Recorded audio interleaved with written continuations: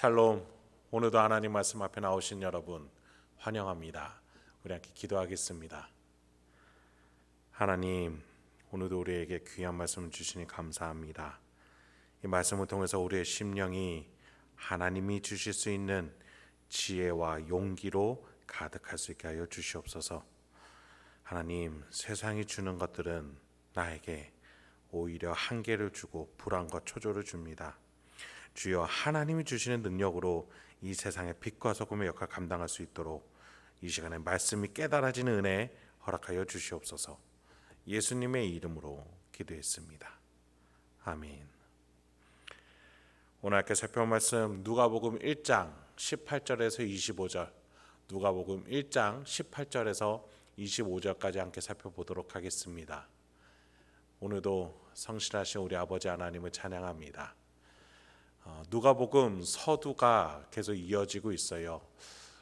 계속해서 세례 요한의 탄생 이야기가 이어지고 있는데 이 속에서 하나님이 이끌어 가시는 구원사를 한번 살펴보도록 하겠습니다. 먼저 18절 19절을 한번 보죠. 사가랴가 천사에게 이르되 내가 이것을 어떻게 알리요? 내가 늙고 아내도 나이가 많으니이다. 천사가 대답하여 이르되 나는 하나님 앞에 서 있는 가브리엘이라.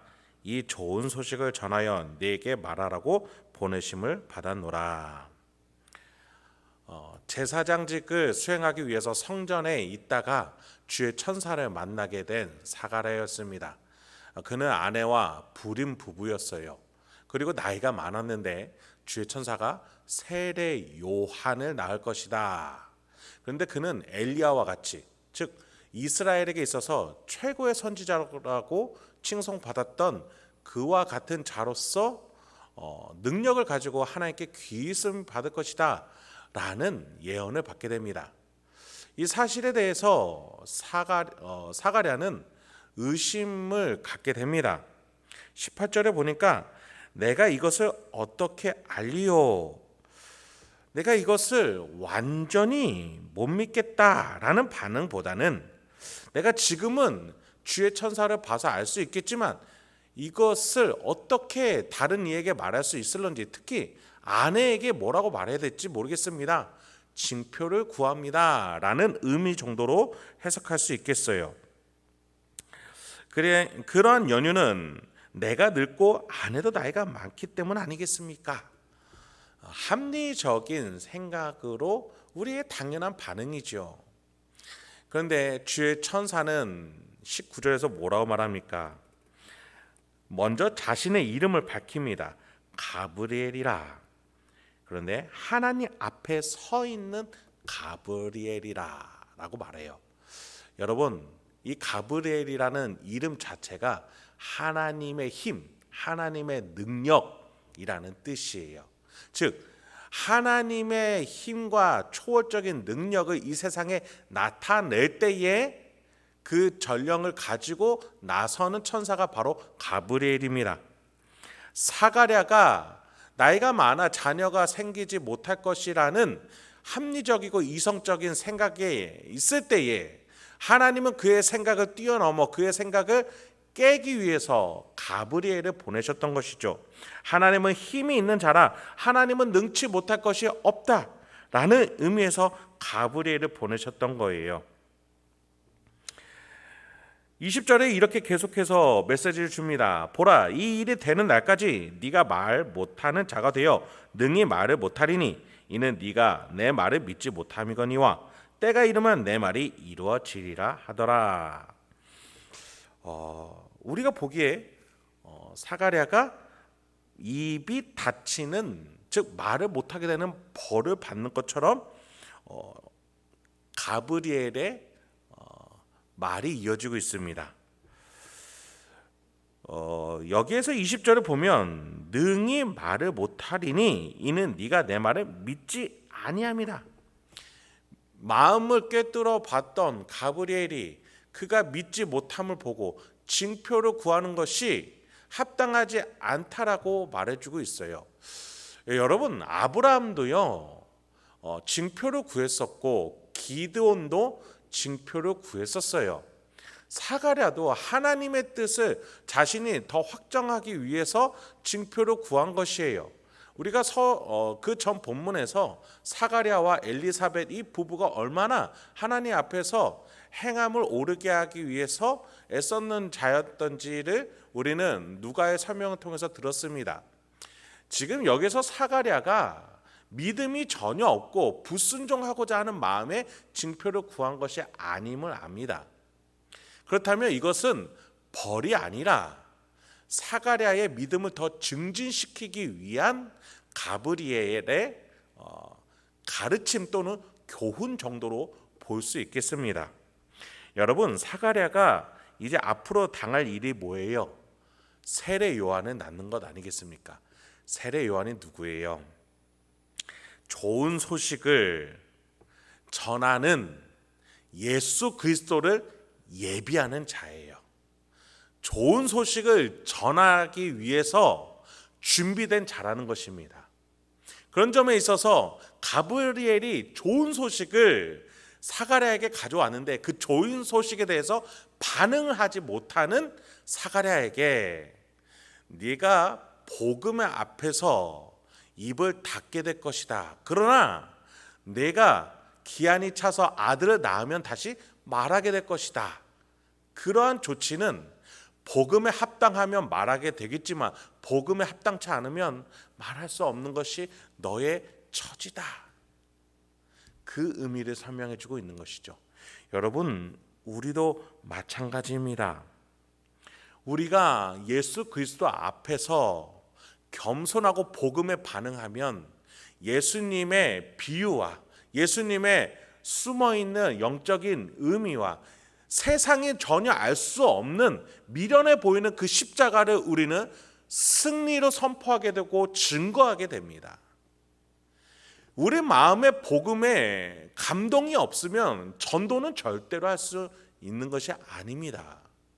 우리의 심령에 복음에 대한 구원에 대한 당연히 따라와야 되는 반응이 있을 때에 우리는 그것이 세상 사람들이 볼 때에 전혀 합당하지 않고 이해가 되지 않고 몰상식해 보이는 것들이라 할지라도 우리는 말할 수 있게 된다라는 거예요. 그래서 우리가 예수님에 대해서 올바르게 반응할 필요가 있습니다. 여러분이 지금 예수님을 전하지 못하고 있고 복음을 누군가에게도 말하지 못하고 설명하지 못하고 있다면 그것은 또 당연한 처사입니다. 왜요? 예수님 앞에서 복음 앞에서 내 영혼이 반응하고 있지 않기 때문이에요. 말하냐 못하냐가 중요한 것이 아니라 전도를 하냐 못하냐가 중요한 것이 아니라 과연 내가 이 복음 앞에서 예수 앞에서 어떠한 반응을 가지고 있는가, 믿음이 있는가 없는가를 돌아봐야 된다는 것이죠. 그런 점에 있어서 사가랴는 하나님 앞에서는 의로운 자였어요. 그런데 하나님이 또 다른 의로운 길, 율법 외에 의로운 놀라운 새로운 길을 준비하셨을 때 그거에 반응하지 못했던 사가랴는 입을 닫게 됐지만 마침내 복음을 전하는 세례 요한이 출생했을 때 그는 말할 수 있게 되지 않았습니까?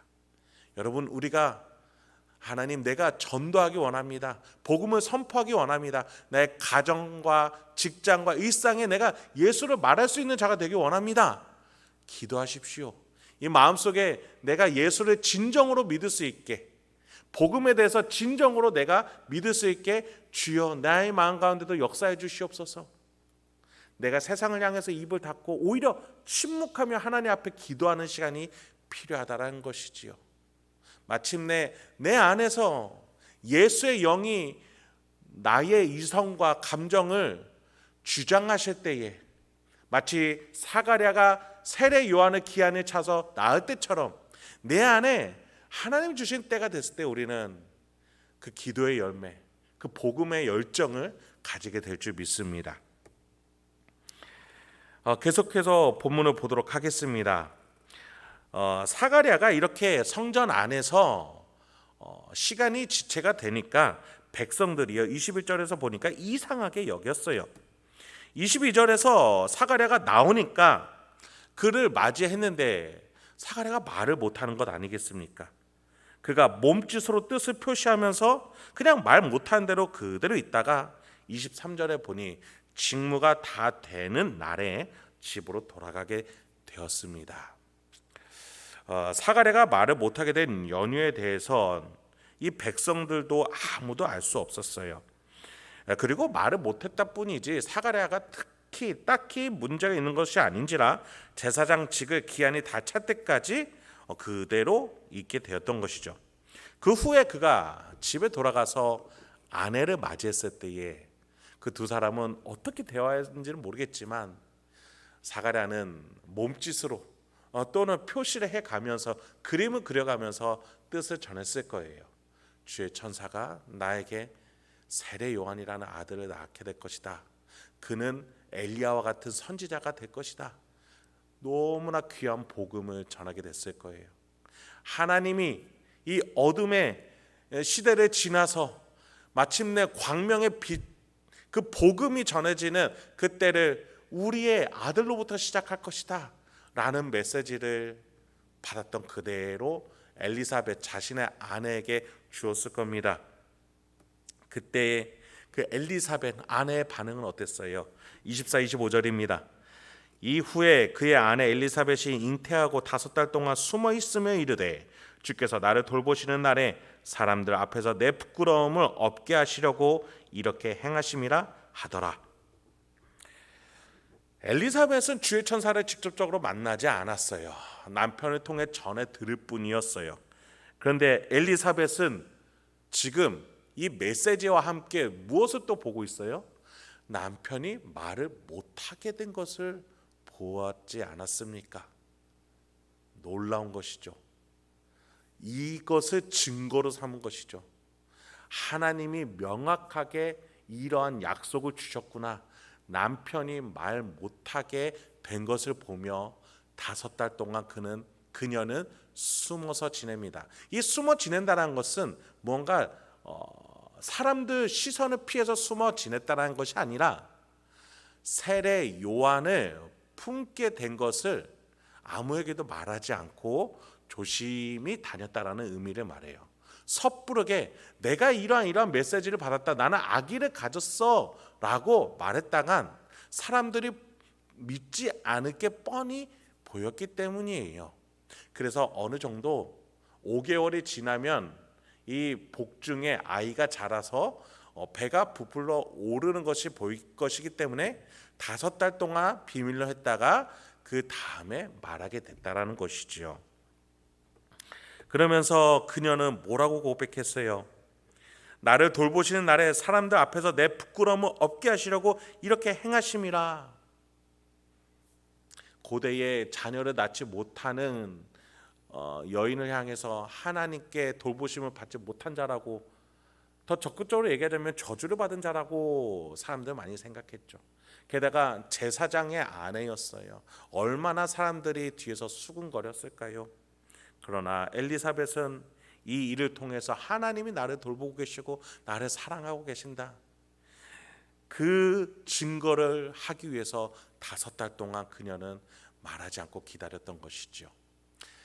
사가랴의 말 못함과 엘리사벳의 말 못함이 차이가 있는 것을 보게 됩니다. 그런데 여러분, 중요한 것은 우리가 복음 앞에서 반응하게 됐을 때 사가랴도 마침내 말하게 될 것이고 또 엘리사벳도 말하고 외쳤을 거예요. 그리고 마침내 이 두 부부 아래서, 또 이 부모 아래에서 세례 요한은 광야에서 외치는 자의 소리가 되어서 예수님의 길을 예비하는 자가 되었던 것입니다. 저와 여러분은 그런 점에 있어서 우리가 예수를 품은 자임을 기억하시기 바랍니다. 그리고 예수님이 다시 오실 그 날을 예비하고 준비하는 자라는 사실을 잊지 마시기 바랍니다. 예수님은 다시 오실 분이에요. 그분의 길을 준비하기 위해서 저와 여러분이 지금도 가정과 직장, 일상에서 천국을 만들어 나가는 자임을 기억하시기 바랍니다. 내 안에 계시는 예수의 영으로 오늘도 살아가십시오. 말할 것을 말하시고 말하지 말 것들을 말하지 마십시오.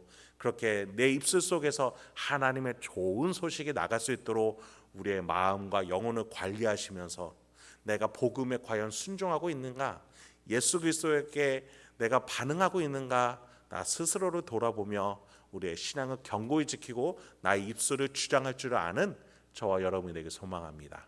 함께 기도하겠습니다.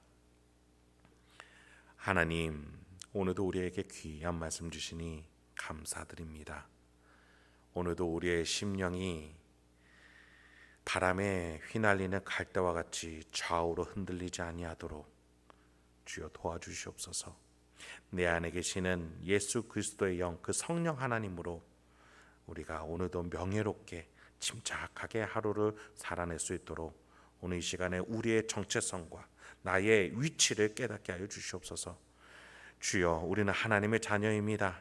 다시 오실 예수님을 기다리는 자들입니다.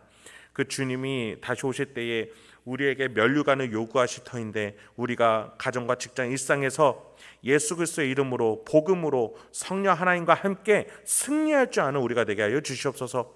그래서 마침내 다시 오실 예수님 앞에서 우리가 그 면류관을 드리며 우리가 예수 그리스도의 그 왕국의 믿음의 기둥으로 서 있을 수 있도록 오늘 하루도 주님이 주신 지혜로 살아갈 수 있도록, 그 용기로 살아갈 수 있도록 주여 인도하여 주시옵소서. 예수님의 이름으로 기도했습니다. 아멘.